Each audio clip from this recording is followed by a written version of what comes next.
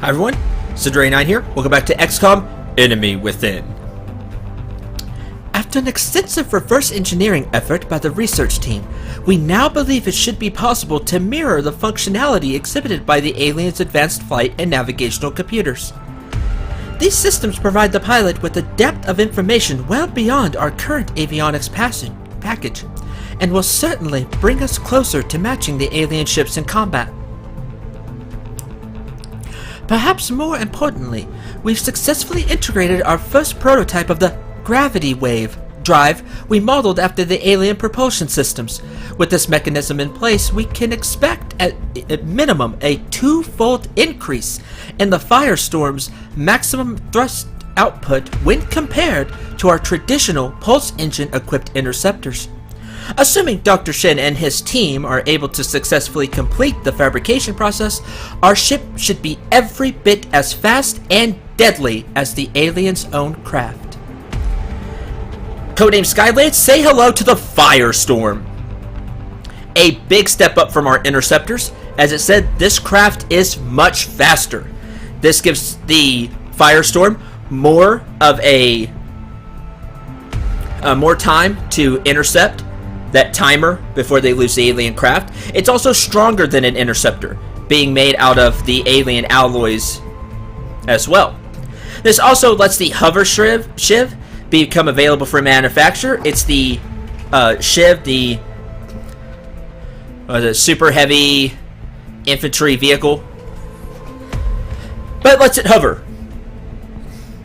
which does come with some benefits.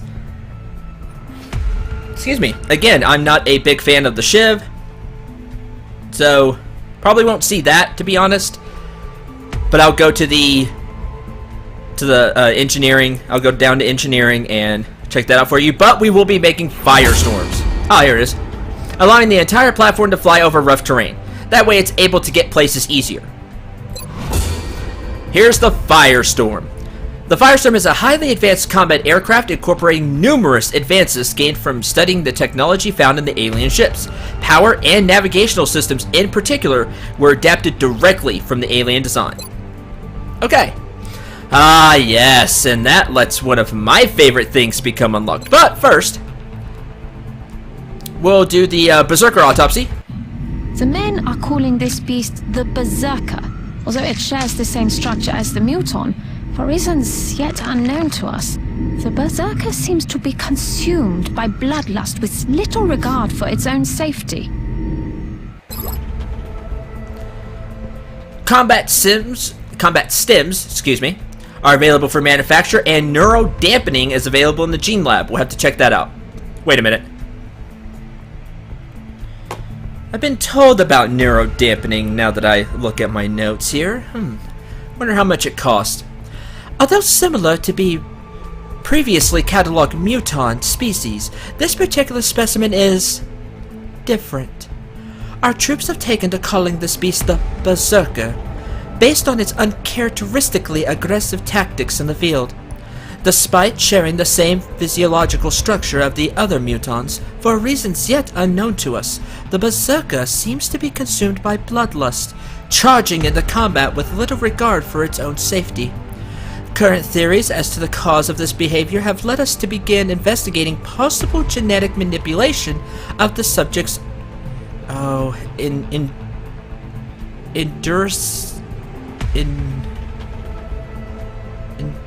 endocrine glands? I apologize. Or, in this case, the equivalent glands that appear to secrete androgenic hormones. If the aliens enlarged or modified the action of these glands, it could explain the Berserker's outburst. Specifics on this creature abilities should become available, and we'll take a look at those. I knew eventually Dr. Vahlen would get me with a word I couldn't pronounce, if I've not done that already. Codename Anaconda. And the Berserker, we know what it does. It runs up and punches people. Unfortunately, we punch better. Unfortunately for them. CombatStims. This powerful stimulant cocktail derived from a chemical found in the glands of the mutant Berserker provides a temporary boost to several of our soldiers' vital statistics. Neuro dampening. Confers plus 20 will when defending against psionic attacks, and immunity to panic. If the soldier is mind controlled, we'll see that later, the control is cancelled, and the soldier is stunned for 1 turn instead. That is absolutely amazing. Oh my. Hold on, we'll get back to the research momentarily. I just need somebody. 20 meld. 1, 2, 3, 4, 5, 6, 7. Mech trooper. I can't do the mech troopers, unfortunately. That's because they're either mech troopers or gene modded, one or the other. So you can't do both. 1, 2, 3, 4, 5, 6, 7. 7. 140 meld. Got it. And then I also want to upgrade William's suit. That's what, another 60? I need 200 meld. Mind control is a huge pain. I hate it. I despise it. It annoyed me possibly more than anything in XCOM Enemy Unknown. I say possibly, there's 1 or 2 other things I can think of more. Mind control is definitely near the tops of the list, if not the top. We'll see that sometime, I'm sure. Let's do the Mechdoid. We were only able to recover the suit's central core, although the pilot's corpse also survived intact. The armor itself is quite interesting. The design is highly responsive while still providing extraordinary strength. The Mechdoid is, of course, a new unit, for those of you that don't know from Enemy Unknown, or for those of you that have played Enemy Unknown. The Mechdoid is a new unit here in Enemy Within, codenamed Goliath. It appears that the sectoid creature within this mechanized armor is of the same biological makeup we had seen previously. Most of our efforts were spent disassembling and analyzing the inner workings of the armor itself, in close collaboration with Dr. Shen's team, of course. As our soldiers quickly discovered in the field, this suit is equipped with 2 substantially larger and more powerful plasma weapons when compared to the standard sectoid equipment. The armor itself provides a great deal of protection to the operator, while also maintaining an impressive degree of mobility. The suit is capable of climbing over rough terrain, and seems to have no trouble even with staircases and other obstacles, as it is also maneuverable enough to operate confidently in closed spaces. Excuse me. One of the more interesting discoveries we made while examining the subject is that the suit's armor plating appears to interfere to some degree with the sectoid pilot's unique mental capabilities. I can assume that this was an unintended consequence of the additional armor plating. The alien sacrificed what would appear to be an extremely powerful ability as a trade-off for an increase in sheer combat power. However, it should be noted that the aliens seem to have offset this potential disadvantage by implementing a new technology. A small module located within the armor's core appears to have served as a sort of amplifier for these telepathic abilities. When targeted by an allied unit, rather than linking the two, the amplifier seems to take this power and use it to form a sort of shield around the suit. Our troops should be wary of this capability, as the suit is already quite formidable without the additional shielding in place. That's good to know. We'll have to take a look at that in the unit analysis view and see if we can get even more information about that.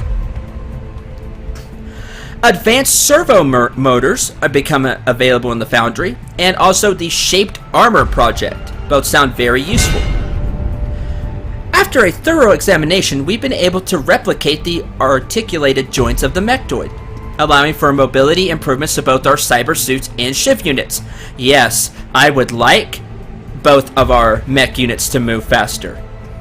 I would really like William's suit to move faster. Shaped armor. The invaders' mechanized cyber suits are of course somewhat more advanced than our own. By examining the interfaces between the armored shells and cores, we could we could improve the overall armor design. This has the potential to increase tactical survivability for all of our mechanized forces. Also sounds really helpful. Let's go take a look at that real quick. Advanced servo motors. 150 credits, 15 Elerium, 15 alloys. How about the shaped armor? 150 credits, 10 Elerium, 20 alloys. I want both. I really do.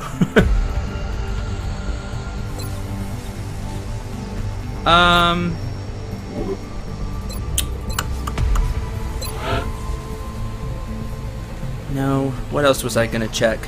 Foundry. No, that's bad. Engineering. Build by items.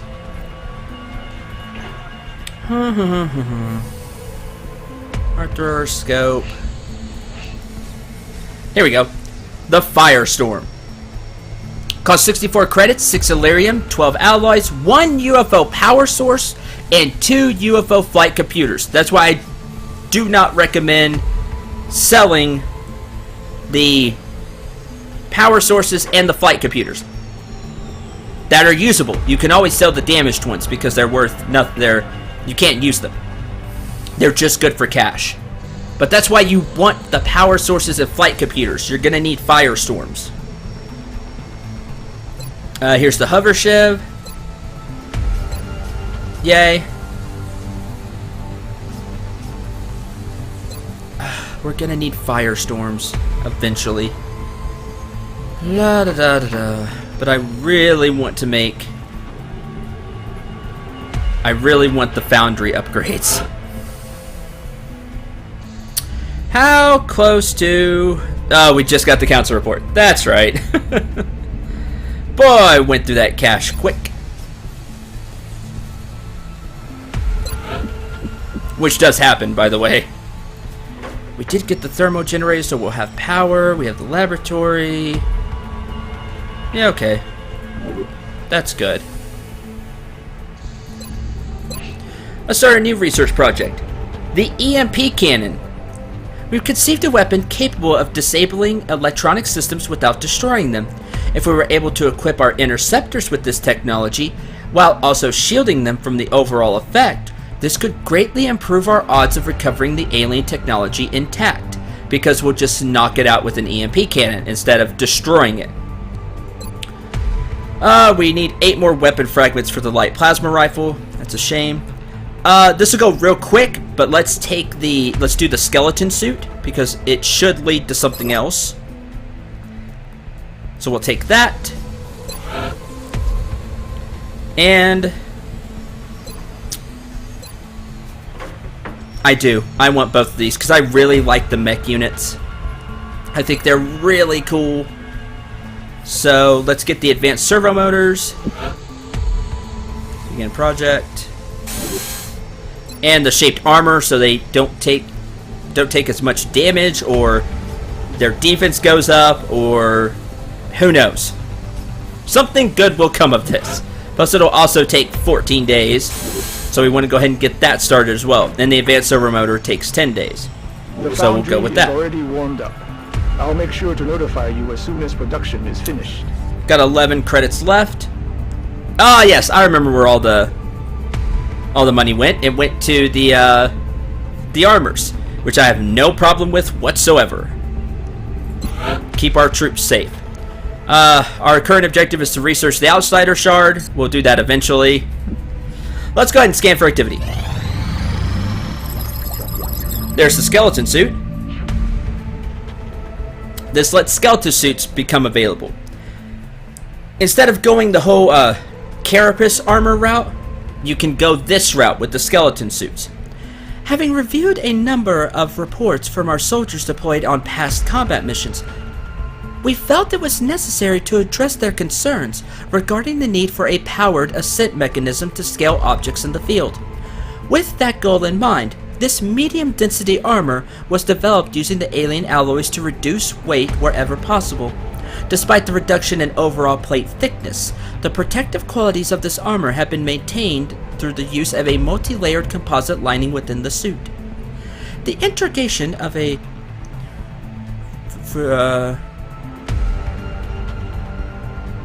Pneumatic. I don't know.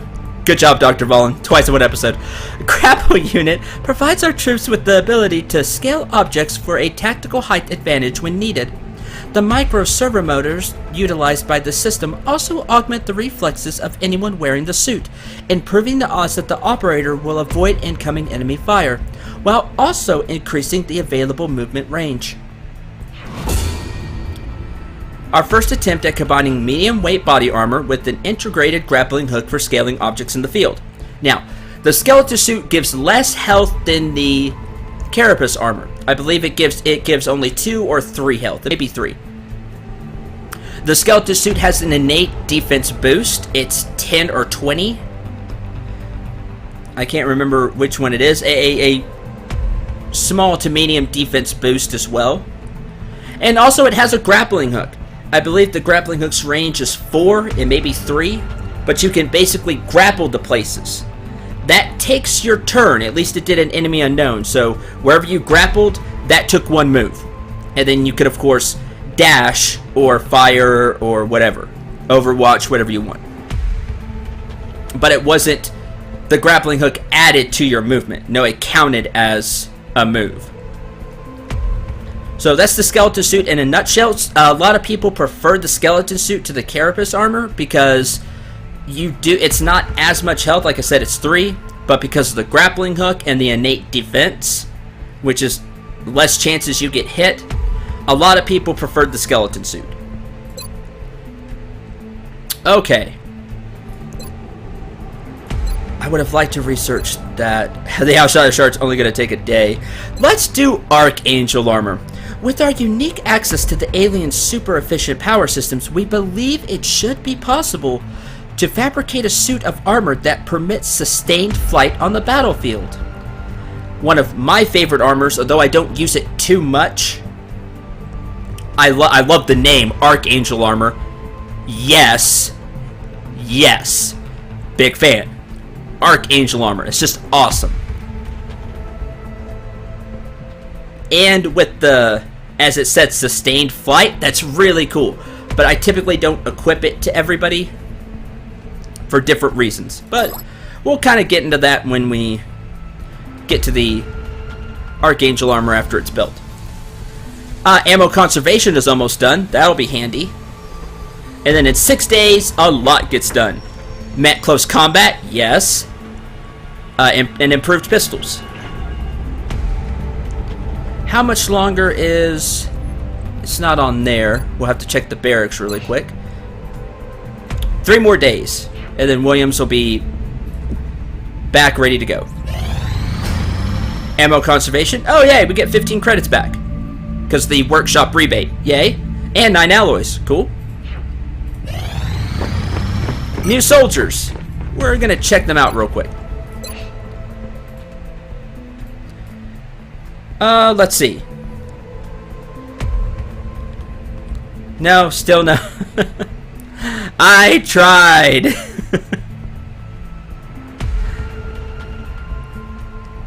Can't say I didn't try. Okay. More Archangel armor? Good. Williams is ready. There's the Archangel armor. Advanced flight is available in the foundry, and then of course we can make Archangel armor. As it turns out, our initial optimism about the design of this particular suit was entirely justified. I also love the code name really quick, Icarus. Make perfect sense. Love it. Having successfully developed a miniaturized version of the alien propulsion modules recovered from the field, we've now successfully integrated this device into a suit of heavy armor. Although we've exceeded the weight of the original floater specimen, these propulsion systems were adapted from, and we believe our adjustments to the system have actually improved their overall efficiency. As a result of our efforts, this suit is capable of providing limited flight capabilities to the wearer. The Archangel suit combines our heavy armor set with a small propulsion system that allows for limited flight capabilities. And then, if you research advanced flight, we believe we can improve the small system flight capabilities of the Archangel armor and the hover shiv designs considerably. considerably increasing their maximum flight time in combat. So they could fly more. If you couldn't get the gist, you can only fly so much per mission. It's basically only got so much fuel, you could say. With advanced flight, you get more.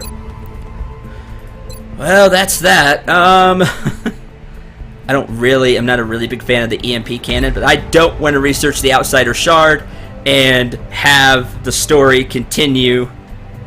Well, no, we still have stuff researching. Do the EMP Cannon. We'll do the Outsider Shard after that, because a lot of our research should be done. In fact, all of this will be done, and the advanced servo motors will be done. Good, we'll go with that. Scan. 20 credits and 3 alloys for the Met Close Combat project. Excellent.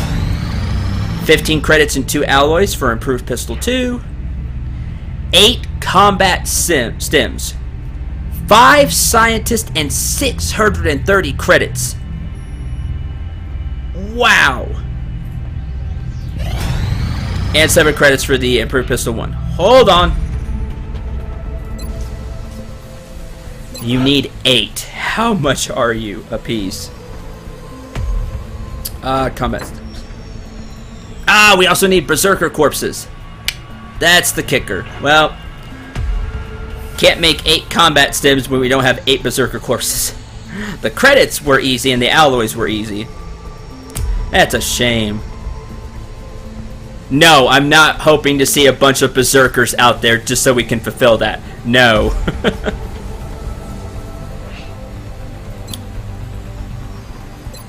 Real quick, here's the Archangel armor. 150 credits. So it costs even more than the Titan armor. 26 Illyrium and 37 alloys apiece. And it also takes more engineers. This is why I typically don't have everybody in Archangel armor. Also, Archangel armor only gives 8 health instead of 10. But it's just the sheer cost of Illyrium and alloys. That's expensive. I do like to have Archangel armor for the snipers, which is interesting. And sometimes the supports, just so they can get around easier to help out other people. That's kind of who I like to have in the Archangel armor. That's just personal preference. It's great armor. It's just a lot of Illyrium and alloys, which are typically in short supply. Thermal generator online. Yay. 40 credits from it.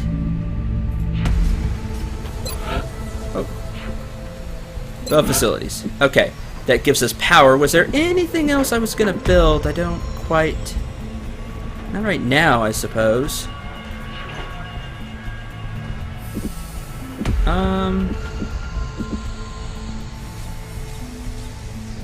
Yeah, I guess that's about it. Laboratory's ready in 2. Laboratory online. Good. 25 credits from it. Assign. No, we don't need any new construction.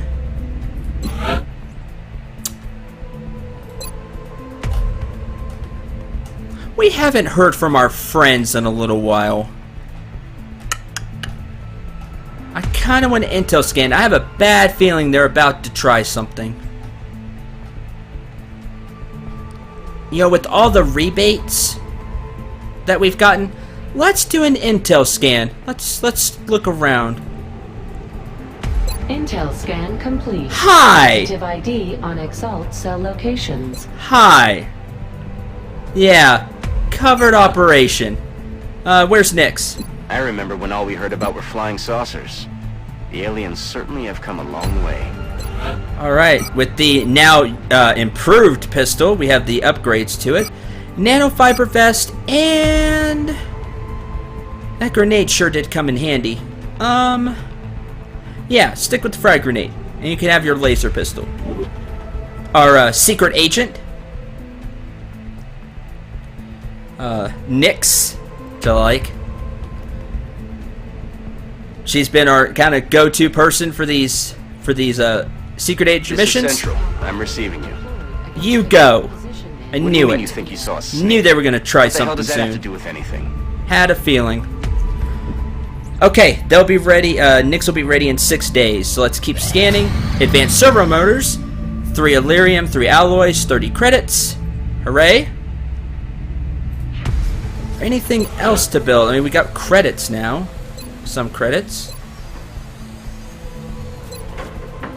Could do the scope upgrade since we have so many people using scopes. That's a good idea. Let's do that. We're certainly keeping the boys down in the foundry busy. I'll let them know you've got another project ready for production. Thank you, Dr. Shen. EMP Cannon. EMP Cannon available for manufacture, and the Shiv repair project available in the foundry. Cool. Codename Ion. Heh. Ion, because, EMP Cannon. Anyway. In developing an electromagnetic weapon capable of emitting a focused pulse that will penetrate the aliens' advanced shielding, we've also had to find a means to protect our own ship's sensitive electronic circuitry. The functionality of the weapon itself has already been well established by previous testing conducted by Earth's various terrestrial military forces, leaving us with little to determine outside of the energy requirements and effective range. Although the additional shielding required to protect our systems will necessitate a reconfiguration of our ship's hardpoints for the weapon's mount, I expect the engineering team will have no trouble fitting the device into position. If our pilots can successfully deploy the pulse against the alien craft, we should be able to bring down a UFO with minimal damage to the artifacts and equipment carried inside. EMP Cannon was developed in an effort to increase the chance of recovering functional alien technology from downed UFOs. Although the alien systems will be disabled, the EMP does not inflict physical damage to these components. Yay. After studying one of these small alien drone units, we believe we could upgrade our arc throwers with the drone's robotic repair ability, allowing our soldiers to repair ships in combat. As you can see, arc thrower, medic sign, ship. What this will do, you can repair your shivs using the arc thrower. So there's that. Really quick. I still need more drone wrecks. Darn. And I don't have the weapon fragments now anyway. Well, darn. I suppose I'll research the Outsider Shard, which will kind of lead to a new series of events, so joy.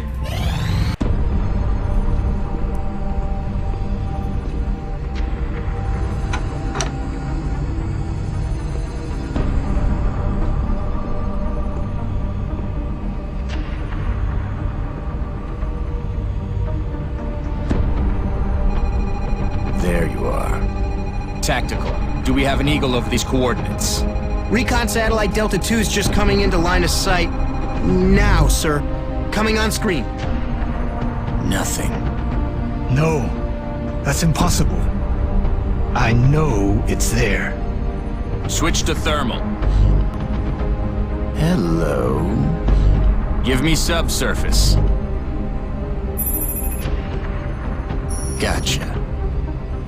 Reestablish comms with all available ground. Think of what we might find once we get inside that facility. Imagine what they might be doing down there. I'm sure we'll find out soon enough. Okay, we found it. Now how do we get inside? I thought you'd never ask.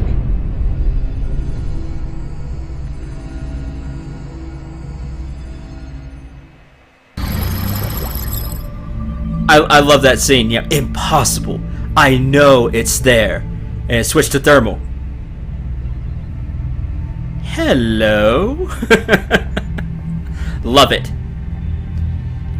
So, hi! The methods involved in creating these crystals, an organic machine capable of complex communications. We could spend years studying this technology. New objective, assault the alien base. build the skeleton key that will get us inside the base, and then assault the base itself. Novato? Skeleton key available for manufacture. Analysis of the alien shard has revealed that it is indeed organic in nature, although not alive per se. Somehow it continues to resonate with a specific range of the electromagnetic spectrum. Within a specific range of the electromagnetic spectrum. Despite several attempts at disabling the alien known as the Outsider, each was met with the same result, the target dematerializing within an instant. With no explanation for this phenomena, the research team was left with little to study in terms of the Outsider itself. However, having now analyzed this shard, it seems that may not be the case. In an effort to reduce any potential interference from known terrestrial signals, we placed the shard into the harmonic dampening chamber, a device conceived of by Dr. Shen. With outside noise brought to a minimum, it took little effort to detect a very distinct signal, the source of our shard's hum. While we have a number of theories, both the research and engineering teams seem to be in agreement. The shard itself is acting as some form of communications relay. Although purely speculative, we've also considered the possibility that the Outsider itself is merely an extension of the shard and its function. Dr. Shen believes with sufficient time he may be able to develop a device or key that mimics the shard itself, giving us a means to locate the source of the signal. This device is the culmination of our research into the shard recovered from the alien Outsider. It should allow our troops to infiltrate the alien base and find out what's inside. I can only imagine what the aliens might be doing in an underground facility. There is no telling, I've got Dr. a hunch as Vahlen. to how we might get into that facility. Just give the word, and I'll begin manufacturing the key immediately. The skeleton key thankfully does not take a lot to make. It takes 6 Elerium, 6 alloys, and 15 credits.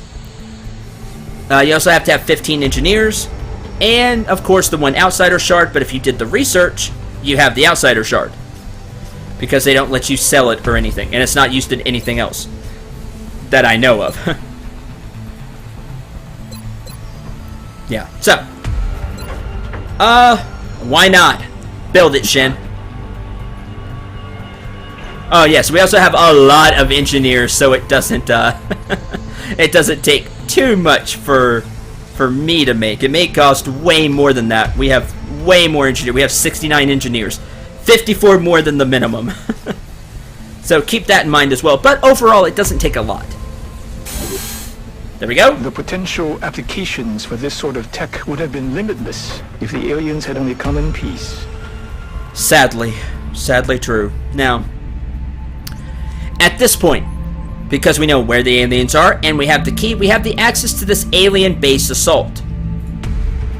You can assault the base at any time after this, now that we know where it's at, and we can attack there. Now, something to know about the alien base assault, which I will point out now. It's a nice, what's the word I'm looking for?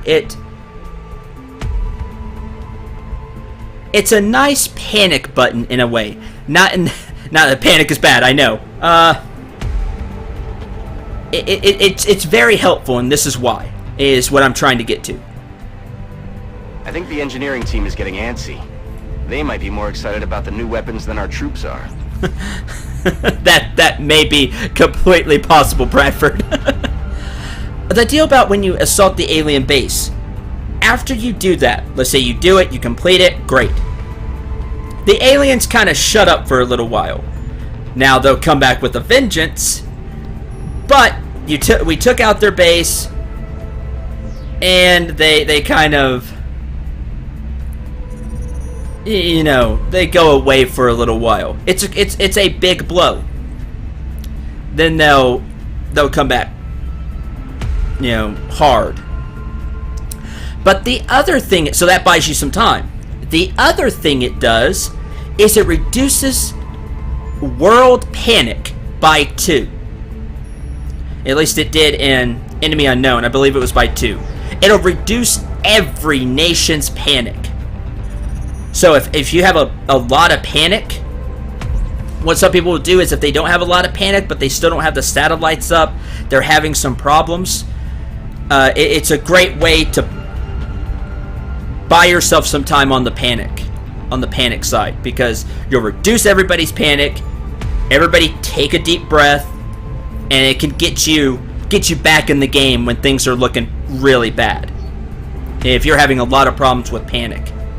So keep that in mind as well. With all that being said, I'm going to wait a little bit on assaulting the enemy base. I would like to have the shaped armor, and I'd like to get through the covert operation first. I like to do those two and then assault the enemy base. Hopefully we can do that. We may get another event in there. Who knows? So, a lot of research this episode. A little bit of buying, but a lot of research. A lot of new toys that we can eventually buy. And story progression. So, no fight, but hopefully you still had a lot of fun, and it was very entertaining seeing all the new stuff. Until the next episode, I'm Cendril 9. Remember to shoot for the stars, and take care, everyone.